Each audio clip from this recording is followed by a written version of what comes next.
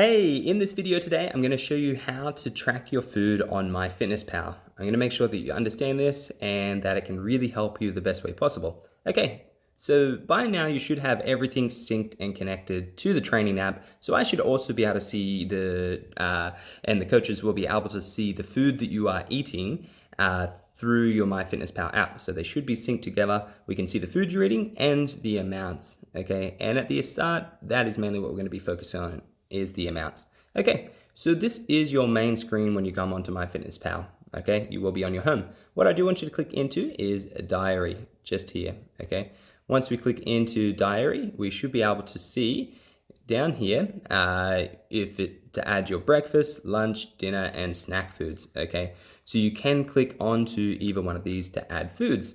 Now, there's quite a few easy and simple ways to do this. There are some other ways that you might find a little bit challenging throughout this process. I just want you to know, right, that tracking food at first can be quite tricky, all right? If you do find that that is very normal, it does take a little bit of time just to build up your knowledge and just to build up the types of foods that you like to eat on this app as well. So just give it time, be kind to yourself with this, and don't overstress it as well. It doesn't have to be perfect. It is about making progress, not about being perfect with everything. Okay, so let's log some food. Let's see how we go. So we're going to click on to breakfast. I'm going to click add food. Now, this is one thing that I do love about this app, that it does have a history. Okay, so it will give you the history of the foods that you've eaten. Now, the other thing that's really handy is that you can scan with a barcode. So if you do have the product at home, you can just scan it with that barcode and it will add it automatically into the system. You also do have your quick add, okay? So you can quickly add some foods. You can type in the amount of calories that you have eaten. So if you just not really tracking what food it is, you can just sort of quickly input what that was just there, okay? Just going back here, okay. So now you do have the history, or you can scan the barcode, or at the top section here, I'll move my face out of the way, you can search for the food, okay? So let's just search in for chicken, all right? Let's search in chicken. Now, once it comes up, you're gonna have a whole bunch of different options that will come up for chicken, okay? So once you do have that, you will have your history of your foods that will come up, and you will be able to click into chicken, okay? You can search all foods for chicken, and that will come up with everything in every sort of detail, in every sort of way. Okay, now it is quite overwhelming. All right, so if you click on anything, it will come up with a lot of food. Let's go lentils. Let's see how we feel with that. Again, you're going to have search results here, and there's going to be a lot of different options of lentils.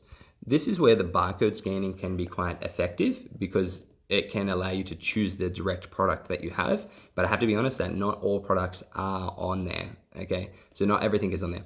So what do we do in that situation? You just pick the one that you think is gonna be best, okay? Don't worry too much about it. I really just don't want there to be too much stress around, oh my God, it's not gonna be right, it's gonna be wrong. Don't worry too much about that, okay? Choose the one that you think. So I'm gonna click on the lentils.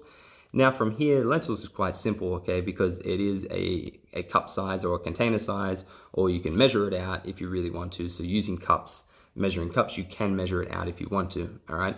Now, I will be a section in here that will tell you rough measurements of certain foods using your hands, so you can do it in a faster way, but just know that close enough is good enough, all right? So once I've clicked on here, it's saying 1 cup. Now, what I'm gonna do is I'm gonna actually change that, because I'm going to say, instead of 1 serving of 1 cup, maybe I can either click on the cup here and I can change it to different sizes of measuring tools, or I can click here and I'm going to go half a serve. So 0.5. That is half a cup worth of lentils. Okay, it will tell me the direct calories, the direct carbohydrates, fats, and proteins. At the start, let's just focus on your calories and your protein. Don't worry about carbs or fats right now, okay? We will talk more about that as we get the program going. Click tick. Once you click on the tick button here, it will add it in. Oh, sorry.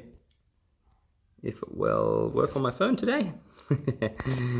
Let me see, it might just be because I'm recording at the same time. The recording button is up there as well, so it might not allow me to click it. Let's talk you through it anyway. So once you do click it, it will come up. Let me just click from my history. I'll add in lentil patties. Oh, it's going to do the same thing to me again. Okay, sorry, I can't move that recording that won't allow me to do that. So we'll just click out of this. And what that will do then is it will add it into my diary. You will see the total food will come up to the top here, and it will come off my total amount for the day. Now, you do not have to add your exercise into MyFitnessPal, and you do not have to worry about that. Okay, I've taken that into account already. So whatever calorie goal I've set you, that is what it is.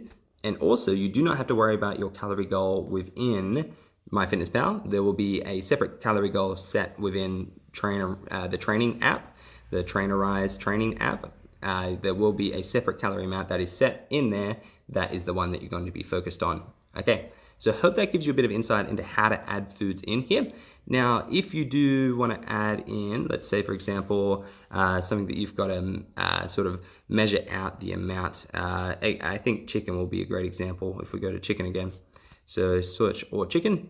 Now, we've obviously got, let's just go just grilled chicken, straight up, just grilled chicken. Okay, so obviously you're going to have different sizes. So the best way to do this is to use the packaging that it's come in, and you can measure off the packaging that you've got. So say if you've got, 400 grams worth of chicken, you bought 400 grams and it's in a packet, or you've got, 4 Oz worth of chicken in a packet, then you know that if you have half the packet, you've got 2 Oz. Or if you've got, half a packet of 400 grams, then it's 200 grams. Okay, so just close enough is good enough. All right, doesn't have to be heaps accurate, but using the packaging of the item that it has come in, checking how much is actually in there is a really easy way and efficient way to do it as well.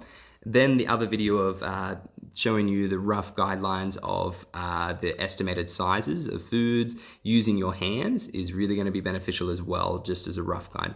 But please know, I've said it time and time again, that you don't have to overstress it too much, okay? Close enough is going to be good enough. So if I just say 4 Oz and then I could say 0.5, that would come up at half of that, okay? So it is only a small amount, but you can increase it up. You can also just click in 1 gram, and then if it is 300 grams worth of chicken, you click on 300 grams, okay? So it's a really efficient and really easy way to do it. Sorry, I can't tick it, it won't allow me. Hey, it worked this time. Okay, there we go. So chicken is added in, it's come into my food for the day and taken it off my total calories. Okay, so that will be added into the system. Now, when it comes to vegetables and things like that, don't have to worry too much about those things. Just worry about the bigger foods. The bigger foods is going to help you the most. If you're adding lettuce and things like that, it's okay. You don't have to worry too much about those things. You can add them if you want to, but lettuce, broccoli, if you're having a small amount of those things, don't have to worry about tracking them. All right, I hope that makes sense. I hope this has helped and allowed you to track a little bit easier. And just know that once this is in here, it's now going to automatically sync into the training app and help you and we're going to be able to see that as well. Alrighty, hope that all made sense. If you struggle with anything, always reach out. We're here for you. Okay, thank you very much. Have a good day.